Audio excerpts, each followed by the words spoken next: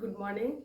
आज हम लोग पढ़ाई करेंगे वर्ग 7 विषय सामाजिक आर्थिक एवं राजनीतिक जीवन, अध्याय 9 बाजार श्रृंखला। तो बाजार श्रृंखला में हम लोग को क्या पढ़ना है? इसमें पढ़ना है कि उत्पादन से उपभोक्ता तक की जो कड़ी है, खरीदने और बेचने की जो कड़ियाँ हैं, उसी को इसमें हम लोग अध्ययन करेंगे। और ये है उत्पादक से उपभोक्ता तक।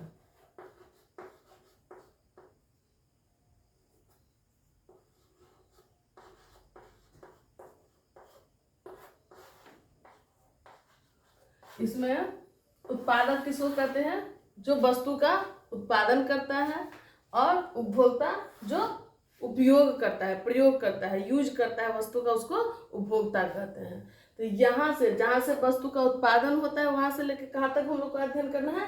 प्रयोग करने वाले व्यक्ति तक कैसे वस्तु पहुँचता है, उस अवधि में उसका किस किस को इससे लाभ प्राप्त होता है, किस किस के माध्यम से इसे उपभोक्ता तक पहुंचाया जाता है, इसी का अध्ययन हम लोग आज करेंगे। चलिए, इस अध्ययन को देखने के लिए आपकी किताब में एक उदाहरण दिया हुआ है मखान की खेती का।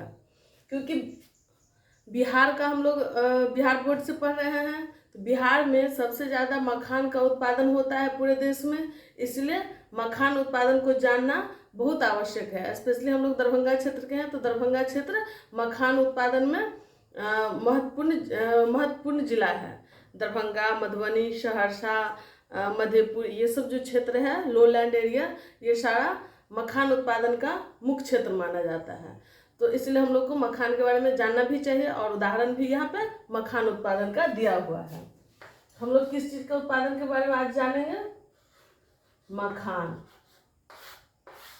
अब देखिए, मखान के उत्पादन के लिए एक सलमा नाम की एक महिला है जो मखान की खेती करती है। उसका एक उम्मीद रहता है कि हमको अच्छा फसल हो और अच्छा इससे मुनाफा हो। तो वो लेकिन छोटे किसान होते हैं, उनके पास अपना लैंड, तालाब, ये सब नहीं होता है। तो मखान का जो उत्पादन होता है मुख्य रूप से कहाँ होता है? पानी में होता है। पानी वाला फसल है ये। तो मखान के उत्पादन के लिए सलमा क्या करती है? एक व्यक्ति से तालाब लेती है सालाना किराया पे। तो वो सालाना किराया पे 4,000 में तालाब लेती है। एक साल 15 कट्ठा का तालाब उसका रहता है जिस व्यक्ति का, उसको वो 4,000 रुपया देगी, और एक साल सलमा के पास तालाब रहेगा उसका। तो अब सलमा क्या करेगी? उसमें मखान का खेती करेगी। तो मखान का खेती करने में सलमा को कुल 15,000 रुपया खर्चा होता है। 15,000 रुपया सलमा को खर्चा होता है। किसमें? मखान की खेती में। और सलमा को इससे गुड़ी किसे कहते हैं? गुड़ी कहते हैं मखान का जो कच्चा फल होता है, जो काला काला छोटा छोटा दाना जिस समय रहता है वो, तो उस समय जब वो लावा नहीं बनता, उससे पहले की स्थिति में मखान को क्या बोलते हैं? गुड़ी बोलते हैं। उस गुड़ी सलमा को कितना प्राप्त होता है? 600 केजी। और 600 केजी गुड़ी लेकर के सलमा क्या करती है? तो लावा फोड़ने वाले को, जो विशेष एक समुदाय होता है लावा फोड़ने वाला, उसको दे देती है। और उससे इसको सलमा को प्राप्त होता है 200 केजी लावा। मखान का लावा होता है, वो प्राप्त होता है कितना इसको? 200 केजी। और 200 केजी ये मखान लेकर के क्या करती है? स्थानीय अढ़तिया को, स्थानीय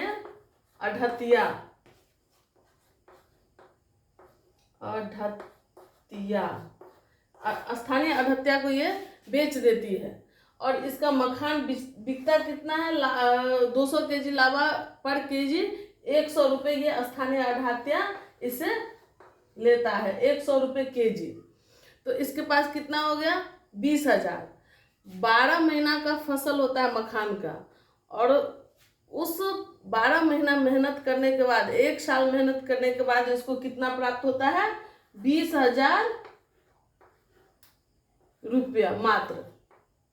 अब आप समझ सकते हैं कि 15,000 इसका खर्चा हो गया, फिर इसके सलमा और उसके पति का मेहनताना हो गया, 1 साल का रख रखाव देख रेख करना, और इसको अंततः लावा से कितना प्राप्त होता है, मात्र 5,000 रुपया का प्रॉफिट हो रहा है, लाभ हो रहा है, जो कि इसका बहुत ही कम लाभ है।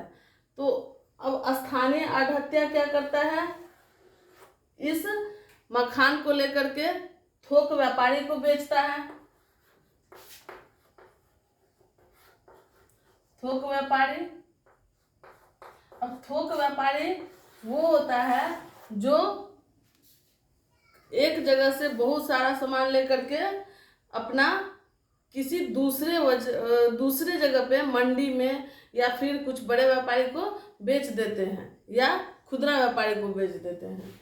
तो ये थोक व्यापारी स्थानीय आढ़तिया से सामान लेकर के जाता है और स्थानीय आढ़तिया इसको क्या करता है, 110 रुपये प्रति केजी के हिसाब से इसको बेच देता है स्थानीय आढ़तिया किसको, थोक व्यापारी को। थोक व्यापारी क्या करता है, इसको मंडी में जाके बेचता है, मंडी वाला इसको 120 रुपये लेता है। मंडी में थोक व्यापारी इसको 120 रुपये दे देता है। मंडी वाला क्या करता है, खुदरा व्यापारी को बेचता है। खुदरा व्यापारी को मंडी वाला 130 रुपये देता है।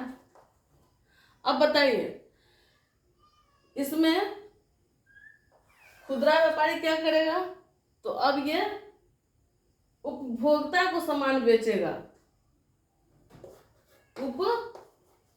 उपभोक्ता, और उपभोक्ता को ये 130 रुपये तो खरीद के लाया है, तो 140 या 150 रुपये बेचेगा। अब इस बात में एक बात समझिए कि उत्पादन किसने किया, सलमा ने किया इसका उत्पादन। उसको बहुत कम मुनाफा मिलता है, 15,000 लागत लगाया, मेहनत लगाया, समय लगाया, 1 साल का, मात्र उसको फायदा कितना हुआ, 5,000 रुपया। अब स्थानीय आढ़तिया का मतलब व्यापारी, स्थानीय व्यापारी क्या करता है, कुछ एक दिन के लिए फसल में अपना दुकान स्थापित करता है, फसल के समय में, कटनी के समय में, और सभी स्थानीय उत्पाद को लेकर के जो स्थानीय स्तर, लोकल स्तर पे मखान उत्पादन हुआ है, सबको स्टोर करता है, इसके घर तक पहुंच जाता है ये सामान बेचने के लिए लोग, और ये इसको बैठे बैठे कुछ एक दिन में सारा सामान स्टोर करके किसको बेच देता है, थोक व्यापारी को। और इसको बैठे बिठाए कितना हो गया, 200 केजी इससे मखान लिया गया, तो 100 रुपये केजी लिया, और बेचा कैसे, 110 रुपये केजी बेचा। इसको कुछ एक दिन में 2,000 रुपया लाभ हो गया। और ये व्यक्ति थोक व्यापारी कुछ अपना परिवहन खर्चा लगा करके, कुछ समय लगा करके इसको बेचे, इनको भी कुछ लाभ हो गया। लमसम कितना, 1,000-1,500 के आसपास में। अब देखिए, मात्र 200 केजी का भी बता रहे हैं, और ये व्यापारी क्या करते हैं, मंडी को बेचते हैं, मंडी में आ जाता है सामान, मंडी वाला भी इस पर कुछ लाभ कमा लेते हैं, और खुदरा व्यापारी भी इसको अपने हिसाब से ले जाते हैं, कुछ समय में इसे बेचते हैं। तो खुदरा व्यापारी बहुत ज़्यादा सामान नहीं बेच पाता है, कम क्वांटिटी में बेचता है, और थोड़ा समय लगता है उसको बेचने में। मान लीजिए कितना बेचेंगे, ये तो 200 केजी नहीं बेच पाएंगे एक दिन में, तो ये कितना बेचेंगे, मुश्किल से 10 केजी बेचेंगे। और 10 केजी का अगर मान लीजिए कि ये एक खुदरा व्यापारी अगर 10 केजी सामान बेचते हैं 150 रुपये केजी, तो कितना हुआ इनको, 1,500 रुपया। और खरीदे थे कितना में, 1,300 में 10 केजी 130 रुपये प्रति केजी खरीदे थे, तो इनको लाभ कितना होता है, 200 रुपया मात्र। 10 दिन, अगर मान लीजिए कि 10 दिन में सामान बेचे या एक दिन में बेचे 10 केजी, तो इस पूरे प्रक्रिया में आप देख क्या रहे हैं कि सबसे ज़्यादा लाभ किसको प्राप्त हो रहा है, तो व्यापारी वर्ग जो इस काम से जुड़े हुए हैं, जो उत्पादन से हटके हैं और जो उपभोक्ता को पहुंचाने के बहुत गरीब व्यक्ति जैसे खुदरा व्यापारी, उनके बीच वाले जो व्यक्ति हैं, स्थानीय व्यापारी, थोक व्यापारी, मंडी व्यापारी, ये सब जो है उनको ज़्यादा लाभ प्राप्त हो रहा है। तो यही व्यवस्था करना है कि कृषक जो उत्पादन के कार्य से जुड़े हुए हैं उनको इस तरह से घाटा नहीं हो कि वो अगली बार से खेती करना ही छोड़ दे या खेती से वो काफ़ी उदासीन हो जाए। इसलिए सरकार के द्वारा ऐसा समय समय पे नियम बनाया जाता है कि किसी वस्तु का दाम बहुत ज़्यादा ना गिरे। इसको 100 रुपये, क्योंकि सलमा जिस समय फसल की थी उसमें उसको बहुत उम्मीद था कि इस बार बाढ़ नहीं आया है और इस बार अच्छा उत्पादन मेरे मखान का होगा और हम अच्छा लाभ कमाएंगे। लेकिन जब स्थानीय अढ़तिया के पास ये बेचने जाती है तो कहता है कि इस बार मखान का खेती बहुत अच्छा हुआ है, इसीलिए हम 100 रुपये से ज़्यादा दाम नहीं लगाएंगे तुम्हारे मखान का, तो इतना में देना है तो दो, नहीं तो फिर जाओ। अब ये गरीब व्यक्ति थी, अब इसको न मखान रखने का स्थान था, क्योंकि मखान तो बहुत ज़्यादा मात्रा में हो जाता है, 200 केजी मतलब 20 बोरा, बड़ा बड़ा बोरा होता, उसको बेचारी कहाँ रखती, इसीलिए उसको स्टोर भी नहीं कर पाई और उसको कर्ज लेकर के काम की थी, तो बेचना भी आवश्यक था। स्थानीय व्यापारी उसका लाभ उठाता है, छोटे किसान सबका, और वो कम दाम पे वस्तु खरीद लेता है। तो इस चीज़ को हम लोग देख लें। अब एक और बात समझिए, ये सारा प्रक्रिया समझ गए, खरीद बिक्री की कड़ी में किसको लाभ और किसको हानि ज़्यादा होता है, इसको कम करने का प्रयास किसके द्वारा करना चाहिए, सरकार के द्वारा करना चाहिए। चलिए अब एक और बात हम लोग समझते हैं कि ये सलमा जो है उसको सहकारी समिति से अगर तालाब मिल जाता तो फिर उसको उतना पैसा खर्चा नहीं होता, जो लागत कॉस्ट उसका 15,000 लगा है वो 15,000 नहीं लग करके कुछ कम लगता। तो इसको क्यों नहीं सहकारी समिति के माध्यम से तालाब मिला, इसके बारे में हम लोग थोड़ा जानते हैं। देखिए अभी हम लोग पढ़ेंगे सहकारी समिति के बारे में थोड़ा सा, क्योंकि आपकी किताब में बताया गया है कि अभी जो हम सलमा का कहानी पढ़े हैं वो सलमा पहले प्रयास की थी कि हमको सहकारी समिति के माध्यम से, जो मछुआरों के द्वारा जो सहकारी समिति बनाया गया है, मखान मछली उत्पादन ये सब का जो देख रेख करने वाला समिति है, उसके माध्यम से हमको तालाब मिल जाए और हम उससे ज़्यादा से ज़्यादा लाभ कमाएं, लेकिन इसको सहकारी समिति तालाब नहीं देता है। अब बताइए, सबसे पहले तो ये जान लीजिए कि सहकारी समिति होता क्या है। तो सहकारी समिति एक संवैधानिक मान्यता प्राप्त संस्था बन सकता है। मतलब इसको सहकारी समिति जो बनाता है उसको संवैधानिक मान्यता प्राप्त है, और सहकारी समिति कोई भी बना सकता है। इसमें कम से कम कितना मेंबर होना चाहिए, 9 मेंबर होना चाहिए, 9 सदस्य। कम से कम कितना सदस्य, 9 सदस्य, 9 व्यक्ति मिल करके, कोई भी व्यक्ति जिसकी आयु 18 वर्ष पूरी हो चुकी है तो वो 9 व्यक्ति मिल करके एक समिति बना सकता है, जिसका मुख्य उद्देश्य आर्थिक लाभ कमाना होता है। और आर्थिक लाभ कमाने के लिए किसी भी पेशा से जुड़ करके, क्योंकि एक व्यक्ति एक बड़ा बिजनेस खड़ा नहीं कर सकता है, क्योंकि मतलब कुछ व्यक्ति ऐसे हैं जो गरीब हैं जो बड़ा बिजनेस नहीं खड़ा कर सकते हैं, तो इसीलिए वो क्या करते हैं, बहुत सारे लोग एक हित से जुड़ करके, एक लाभ का दृष्टि रख करके अपना बहुत सारा मेंबर मिल करके सहकारी समिति का स्थापना करते हैं और उससे सभी मिल करके अपना लाभ कमाते हैं। तो उसी समिति में कम से कम कितना मेंबर होना चाहिए, 9 मेंबर होना चाहिए। ये समिति गठित करने का लोगों को मौलिक अधिकार प्राप्त है, और नीति निर्देशक तत्व में, संविधान के नीति निर्देशक तत्व में भी सहकारी समिति गठित करने की बात कही गई है।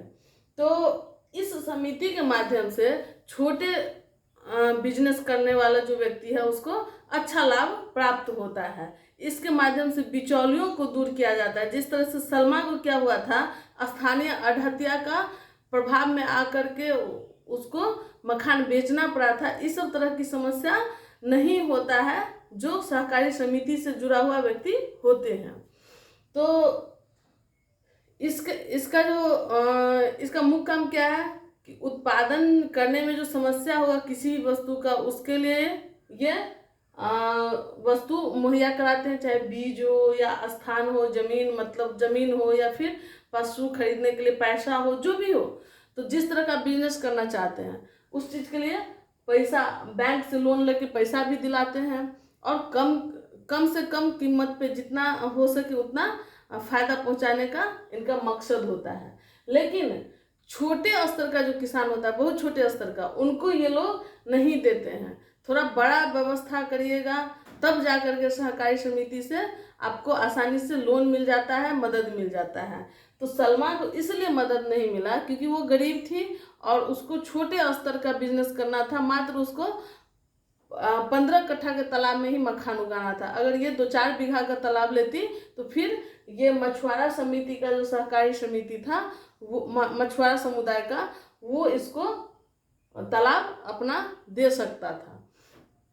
तो अब आपसे सवाल भी पूछा है कि सलमा को सहकारी समिति से तालाब क्यों नहीं मिला। तो सलमा को इसलिए सहकारी समिति से तालाब नहीं मिला कि वो छोटे पैमाना पे खेती करना चाहती थी, क्योंकि उसके पास उतना पूंजी नहीं था।